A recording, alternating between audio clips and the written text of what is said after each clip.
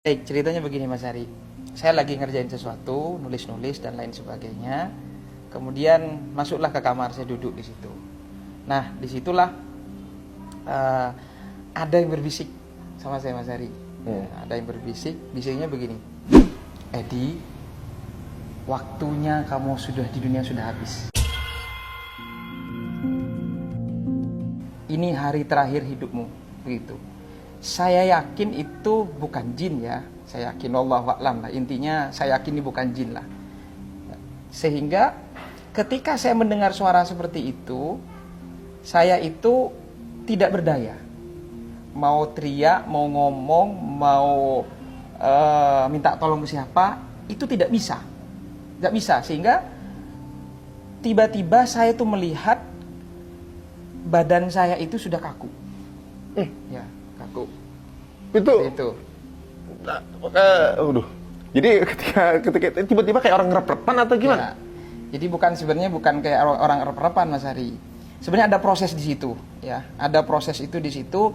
Ada yang namanya proses sakaratul maut tetap ada. Yang maksud saya tiba-tiba itu ketika ruh ditarik itu kerasa. Setelah ditarik itu, ruh itu kan keluar. Gitu. Jadi proses bagaimana sakaratul maut itu yang saya rasakan itu dari kaki. Ya Allah. Ditarik dari kaki. Dan rasa sakitnya itu, sakaratul maut itu seperti badan kita ditebas atau diiris-iris dengan ratusan pedang.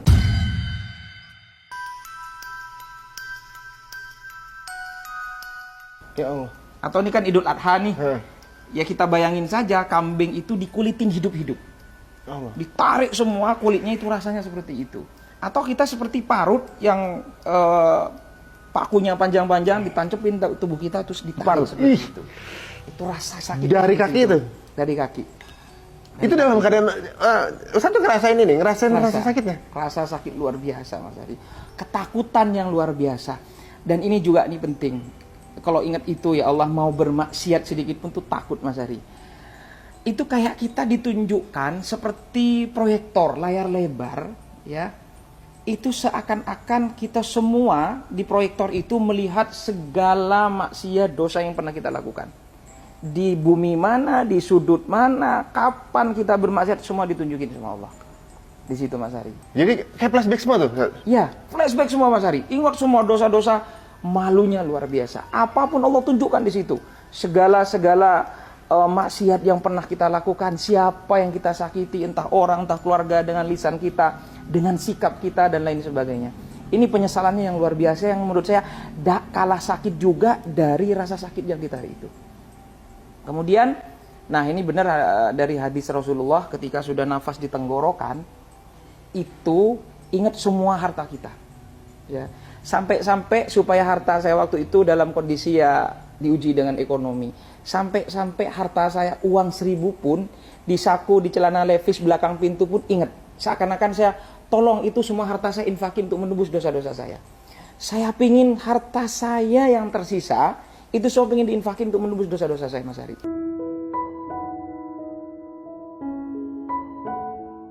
Itu ketika sudah nafas rasanya sudah di sini. Itu apa ya? Saya rasakan sendiri tuh nafas dada itu nggak berdetak. Dada itu nggak berdetak, rasa sakit itu waktu sakaratul maut itu. Dan ruh itu keluar. Ketika keluar, saya seperti tertegun melihat jasad saya itu, badan saya itu kaku. Ya gimana mayat seperti itu? Nah itulah ternyata ketakutan itu bukan cuma ketika proses sakaratul maut, sampai ruh pun keluar, itu juga ada rasa ketakutan yang luar biasa. Nah ini nanti sebenarnya ini banyak kejadian Mas Ari. Mungkin nggak cukup saya jelaskan 1 jam 2 jam, tidak akan cukup seperti ini. Ini persis sebelum saya mendirikan pesantren. Ini juga yang menjadi energi saya, semangat saya mendirikan pesantren Tahfiz Motivator Quran Indonesia seperti itu. Ketika saya melihat jasad saya itu Mas Ari, tiba-tiba ada yang berbisik begini. Sebentar lagi kamu akan diurus, didatangin mungkar dan nakir.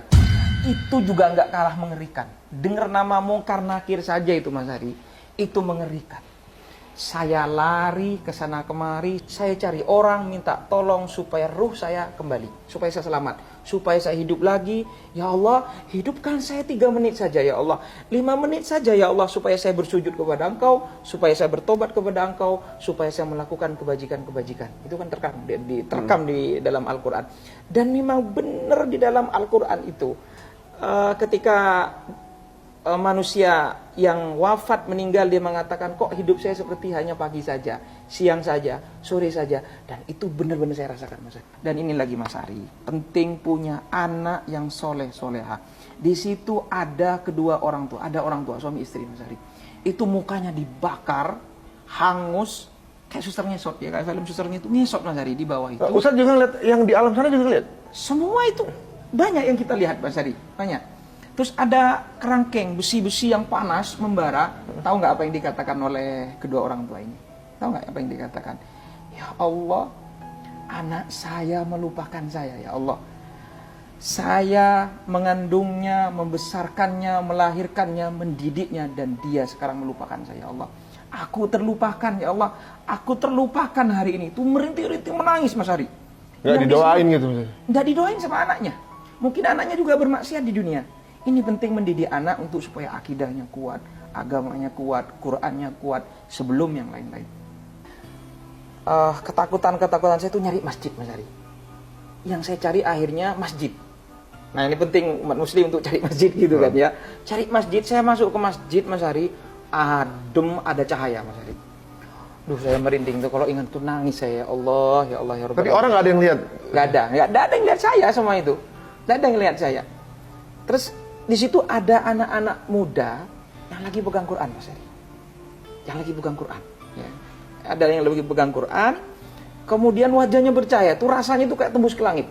Saya di pintu masuk itu kaget karena mencari pertolongan supaya saya hidup ke dunia. Saya ngeliat itu, nangis saya. Itu indah, mulia, berwibawa. Pokoknya dengan segala kemuliaan yang saya lihat tuh, ini asik banget nih orang gitu. Indah banget, wajahnya berseri-seri. Saya bertanya dalam diri saya itu bertanya, ada jawaban. Nggak tahu siapa, pokoknya ada jawaban, ada suara begini. Itulah orang yang hafal Quran. Itulah orang-orang yang mencintai Quran. Itulah orang-orang yang memperjuangkan Quran, Mas Ari. Itu bahasanya begitu. Itu bercahaya. Dan ini bahagia banget orang ini. Wajahnya berseri-seri. Saya jalan, tapi yang diantara yang paling bercahaya itu adalah gurunya. Ada kiai, seorang kiai di tengah itu yang ngajarin Quran. Itu yang paling bercahaya, Mas Ari. Saya pergi ke mimbar, tempat imam sholat. Saya sambil nangis, saya berteriak, Mas Ari, di situ. Saya nangis, ya Allah, berkali-kali saya ngomong, ya Allah, hidupkan saya walaupun 3 menit, hidupkan saya walaupun 5 menit. Kalau sebelumnya saya pingin taubat gitu, pingin beribadah sama Allah gitu. Tapi ini beda, saya mintanya sama Allah beda.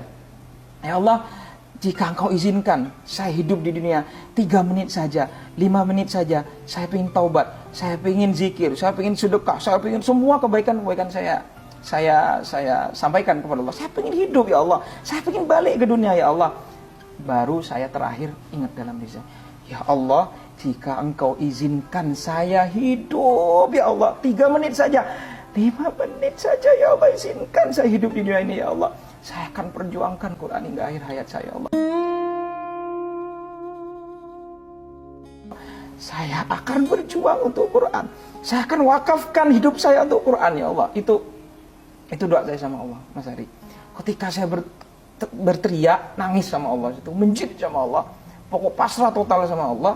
Saya sudah sampai lupa pada diri saya sendiri, sampai saya lupa siapa saya sampai lupa apa yang terjadi karena saya hanya hati saya, ya Allah, minta hidupkan saya di dunia. Saya wakafkan hidup saya untuk Quran. Saya akan perjuangkan Quran sampai detak dan jantung saya yang terakhir, saya janji saya sama Allah. Tiba-tiba ruh itu balik, Mas Ari. Saya itu kayak lagi tidur, langsung bernyawa lagi. Saya bernafas, saya gemetar berjam-jam gitu, ketakutan malam itu.